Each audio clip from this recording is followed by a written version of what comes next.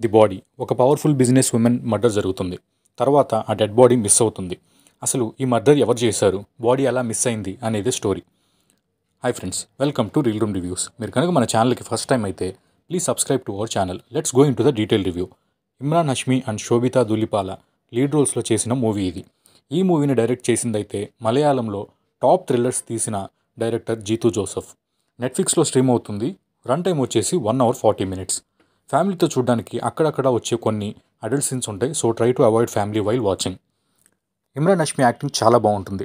అసలు ఇలాంటి kind of murder థ్రిల్లర్స్లో acting అంటే ఇమ్రాన్ హష్మీ గారి గురించి చెప్పనక్కర్లేదు. Super acting.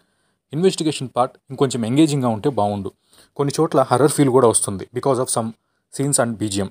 ప్లస్ పాయింట్స్కి వచ్చేసరికి గుడ్ నెరేషన్. మూవీ పర్ఫెక్ట్గా ఒక థ్రిల్లర్ ఫార్మేట్లో ఉంటుంది.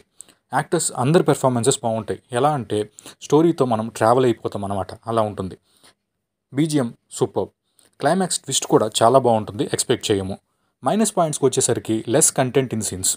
Most of the part scenes అన్నీ పోలీస్ స్టేషన్లోనే అయిపోతాయి అన్నమాట. సో ఇంకొన్ని బెటర్ సీన్స్ పడి ఉంటే ఇంకా బాగుండు. ఫైనల్ వర్డిక్ట్ ఏంటంటే it's a one time watch thriller with enough twist. Overall rating వచ్చి 2.75/5. ఈ రివ్యూ నచ్చితే like the video and share to your friends. Thank you.